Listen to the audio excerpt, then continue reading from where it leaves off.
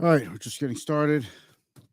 Here we go. Do you remember yesterday, if you weren't watching, yesterday's Be the Boss of Your Money show? This is my live stream. I do this Mondays through Thursdays at 4:30. I don't do these on Fridays. I'm doing this now on a Friday. The stock market tanked again today. And what I said yesterday, if you weren't watching, it's no big deal. I'll just catch up right now. That I don't live stream on Fridays, especially because the viewership is so low, and it's a lot to do this 5 days a week. So I give myself a break, other things to focus on, unless there's something really crazy or really bad happening in the market, a severe down day. So here we are. Unfortunately, I'm doing a live stream. Um, and it seems like this is happening on Fridays with greater frequency because I've done more live streams on Fridays uh, so far this year than I did all of last year. And again, I normally don't live stream on Fridays, but unless there's a really bad day in the market. Well, here we are again, bad day in the market. And it's just a continuation of what happened yesterday. And we'll take it to the tape and see what's going on. I'm going to a couple of things: inflation, interest rates, the Fed meeting next week. Um, and just overall, it just feels like such a loss of control um, on behalf of consumers, investors, anything with money. It really does feel like that. And it's pretty negative out there. And it's the kind of negativity, not just for people who follow the stock market every day, because, their money's in it, they're losing money, they feel right now. Yes, the market's going down. If your time horizon is long term, this is part of the process. But if you need your money out of the market soon, you're losing money. But it just seems, consumers in general, because of inflation, are just very negative. Gasoline is over, we're about $5 a gallon on the national average. Um, Couple of other things. Oh, and mortgage rates. Mortgage rates are soaring. I mean, just flying. And they'll probably be raised again by Monday morning. Let's roll a quick intro and go over a couple of things. I'll just square everything away for the weekend and get you out of here. If you have any questions, please hit me up in the comments. I love hearing from you. It's the best part of doing this. Your words of wisdom, words of encouragement are always appreciated. If you don't mind, hit me with a thumbs up, an applause, or whatever the reaction is available to you, depending on which social media platform you're watching on. But when you do that, it does spread the show to more people. More of your connections will see it. Maybe they'll take a look, they'll learn something, and they'll enjoy it, and makes me feel good. So if you don't mind, give us a thumbs up or a heart or something, and let's roll the intro, and I'll just break everything down for you and give you an idea of where we're heading. It's not really that much fun where we're heading, but you know, I'll just say failure is not separate from success. Failure is part of success. Um, Down markets are part of long term up markets. I hope that makes sense. Here we go.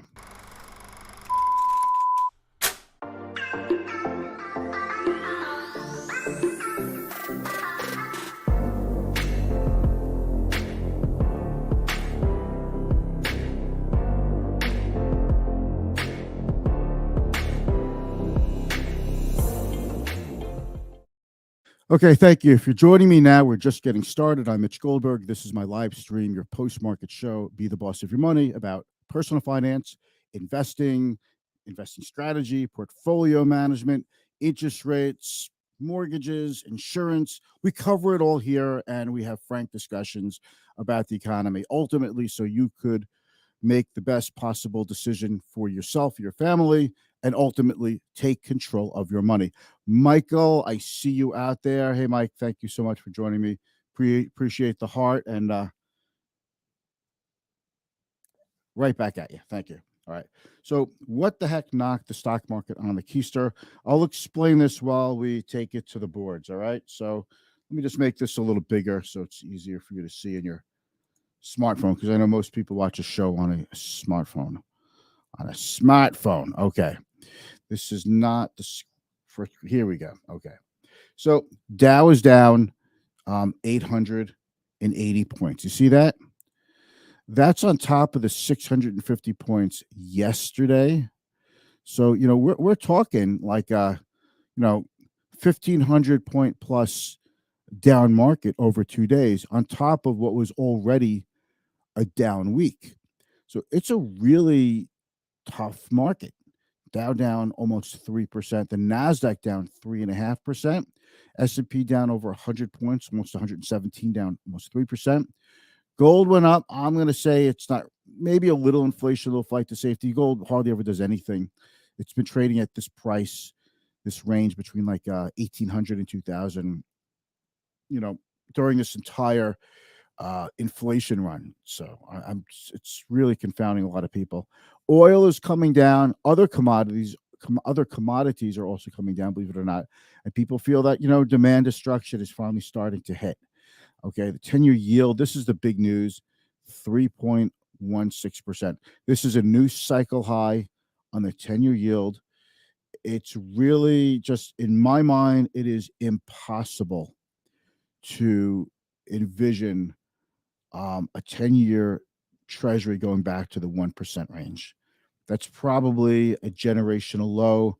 It could be a permanent low. Literally, it could be a permanent forever low. All right, Fed's not buying trillions of dollars of bonds anymore. Inflation is up a lot. I see no reason why yields would go back down. So if anybody is losing money on a bond fund or a bond ETF, it's going to take a very long time. You're going to have to reinvest dividends or whatever to finally get your money back. And that's okay. I'm a big believer in reinvesting dividends. It's going to take a very long time. The VIX was up a little over 6%. Not as much of a move as I would expect. I would expect the VIX to be up, 15, 20% on a day like today. Russell small cap stocks, that's this, is down 2.73%. Oh my God. I need to yawn in your face. It's been a long weekend. I've got to tell you, I'm exhausted. It's Friday. I'm going to get out of here in a little bit. Gasoline is coming down. Copper down over 2%. You think with inflation it would be up, but a lot of commodities have been coming down. All right, let's take a look at the thing that's really driving the action here. The 2-year treasury over 3% and resoundingly over 3%. That's significant. We haven't seen this in years. The 10-year yield at 3.165%. But the difference between this one in blue, 306, and 316 over here, and this one, that is a smaller difference. The difference between those is shrinking, which means the yield curve is getting flat. And when we get into a flat yield curve, it's indicative of trouble, economic trouble. Inverted yield curve, which we had one like a month ago, that often indicates a recession is on the way. While you're watching this, don't forget to ask me a question. Ask a question, leave a thumbs up, the heart, the applause, the care button if you're watching on Facebook. So then I get to see who's out there, and again, it spreads the good word because other people in your timeline will see this, and hopefully they'll enjoy the show and learn. Okay, I learn a lot. So that's the big culprit, though, is the bond market. This started in early 2021 when the pandemic stocks, the SPACs, and the meme stocks, those peaked in early 2021 and we're sliding into the abyss ever since. You didn't know that so many stocks are going down if you're an index investor or, a very diversified investor, because the large cap stocks continued to rally for a year, almost a year into January of 2022. The Amazons, right? The Alphabets of the world, which is Alphabet is Google, the large cap stocks. So the major averages kept going up, and that masked the deterioration. And I said a long time ago, this is like a 2000 tech wreck playbook where the smaller secondary and tertiary stocks were getting crushed. And it wasn't felt by investors because that money, when people sell out of those down stocks, they were just repositioning and going into the bigger stocks. And when that money finally runs out, the bigger stocks go down. And that's what's happening now. It's driven by a bunch of things, higher interest rates, is the biggest thing that's driving this. Okay, so let's get back to the board. Interesting that most oil stocks, EOG and Hess were up a little, but most stocks, Chevron was down, Conoco is down, ExxonMobil down to 100 after hitting 105 yesterday, highest in years. I think Exxon hit the highest price it's been since 2014 yesterday, 105, but it's already down to 100. And that just goes to show you that, first of all, this the selling is relentless. It's hitting every sector of the market, including energy stocks, which has been the hottest place all year. And if you recall, we were talking about saying maybe, that's a hot place to be, energy stocks. The stocks have gone up a hell of a lot. Maybe it's a place for profits. You have to look at your portfolio and decide if you want to rebalance. Rebalancing means you have discipline to take a little bit off of what's worked and put a little bit into what hasn't worked. That's discipline. It takes guts to do that. It really does. It takes a lot of courage now to say, I'm going to put a little bit of money into NVIDIA or Adobe or something. The great companies, these stocks just get smashed daily. There's so many. What about Honeywell? All right, let's take a look at some of the other stocks out there. By the way, these are the stocks that I follow, not necessarily recommend. I just want to put that little disclaimer in there. And by the way, when we talk about the S&P 500, the Dow, the Nasdaq, you cannot invest directly into an index, but you could invest in a security that tracks or mimics an index. Northrop Grumman was the only industrial stock I follow that was up today, but everything else is down quite a bit. A lot, 2% on ABB. CSX, the railroad, down 2.79. Deere was 446. Now it's 335, not far from its year low. That's like a $44 stock going to 33. That's a big hit. Honeywell down 3%. The stocks that you rely on are the ones that are just getting crushed right now. Let's take a look at healthcare. Yeah, well, CVS is really more like a retailer. GSK was up a little bit. Johnson & Johnson, Amgen, Merck, United Health, Bristol Myers, Eli Lilly, all down across the board. And now you have to believe if anybody's up in these, they're worried about profits. So people starting to take profits indiscriminately. Moderna down to 127. Doesn't look like it. It looks like it'll get to its year low. What else can we look at? If I scroll too fast, let me know. I do see someone out there in the comments. Let me just go back to this. Okay, Filippo, very disappointed with the price action and the response by our leadership. Yes, and I saw your response and Facebook. I hope you saw the reply. My reply. The commentary by Yellen, Biden, and the blame game doesn't impress me. All they do is blame Russia. Not good enough. Well, I think you have. Well, they definitely blame supply chains. That's for sure. But if that's all they're blaming it on, that would, that's not enough. And by the way, I think we're all unimpressed by the blame game because what we really want is control. We don't expect today's problems to be fixed overnight, but at least come out with a plan and say, okay, it's going to take some time, but this is what we're going to do. We're going to work very hard. Here's a strategy. Here's the plan. Here's where we're going with this. And here's how we know if we're successful. Here's how we know if we should pivot. Here's who we have in different positions to do this or to do that. And that would be a plan. That would be comforting. But we just don't seem to be getting that right now. Not that we don't seem to be. We're not. Nobody could wave a magic wand and fix inflation overnight. But what's the plan? How much could politicians really fix the economy, though? I mean, oil is up. There's, we put the kibosh on Russian oil, so the Europeans have to buy oil. And where do they buy oil from? They buy it from the United States. And oil is a global market. So the United States sells their oil in the global market to the highest bidder, right? Does that mean we slam shut oil exports and just kill the oil companies? If you want to see oil go to like, way, way higher than this, kill oil exports, and the companies will just stop drilling because why should they drill if they're not getting as much money as they're supposed to, right? It's free. The free market will take care of this. The cure for higher oil prices is higher oil prices. The cure for lower oil prices is lower oil prices. We've seen both. Remember, like 2 years ago, a year and a half ago, we saw oil go negative. Now it's about 120. So we've seen pretty wide swings in the last 2 years in the price of oil.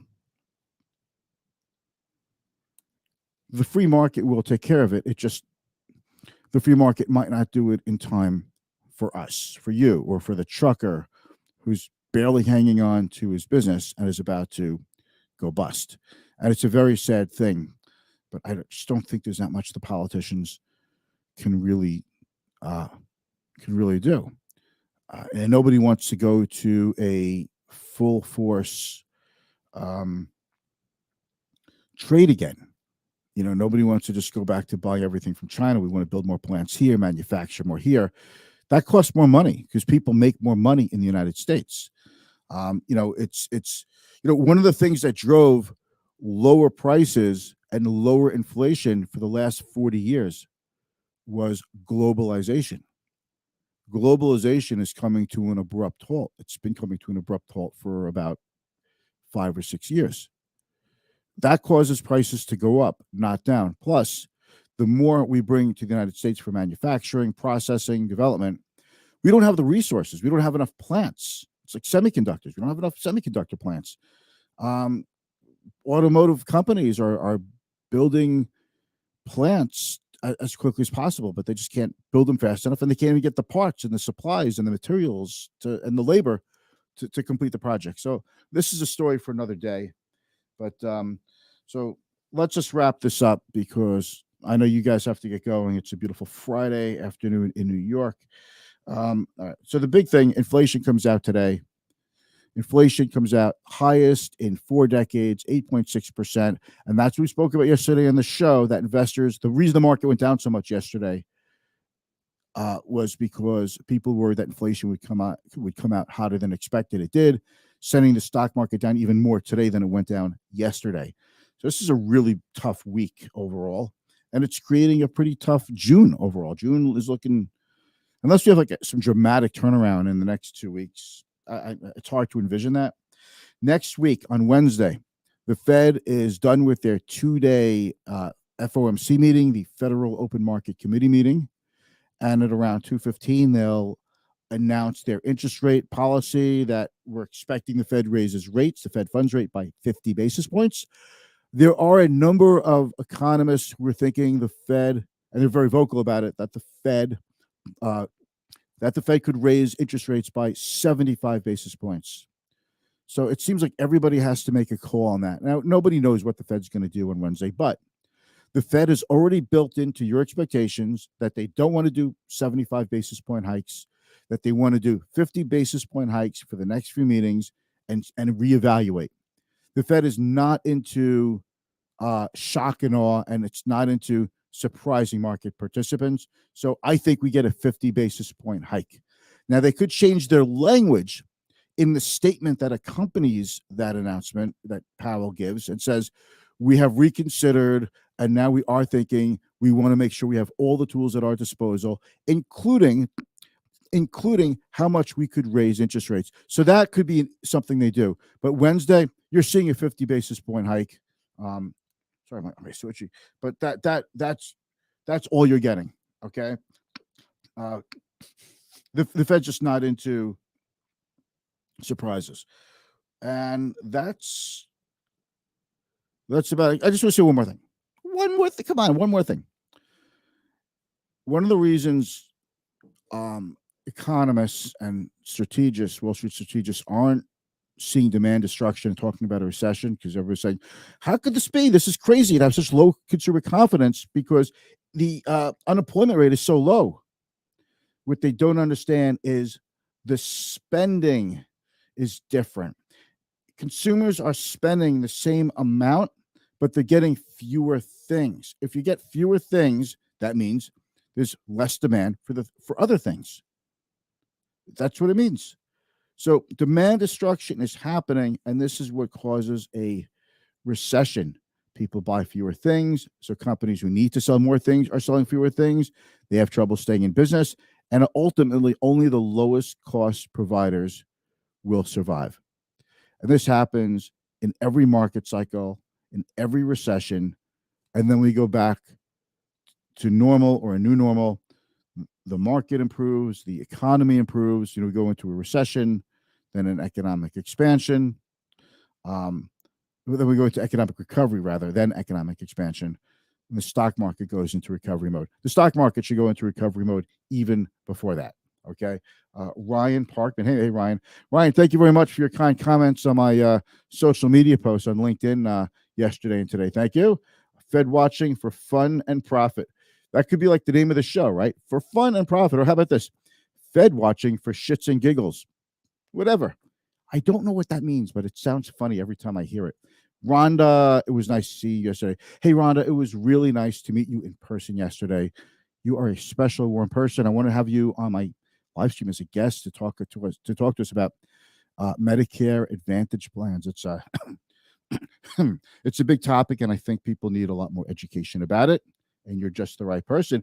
Oh my God! And John DiPlacido, I also enjoyed seeing you the other day. I guess I should wait to buy my new golf shoes. LOL, John. Yeah. And don't get the metal spikes. We do make golf shoes with like plastic spikes. I'm going to recommend for you a pair of New Balance because you're a big guy. And I feel like New Balance shoes are made for big guys. Okay. But it was great to see you again, John, after all this time. All right, guys. Have a great weekend. Peace out.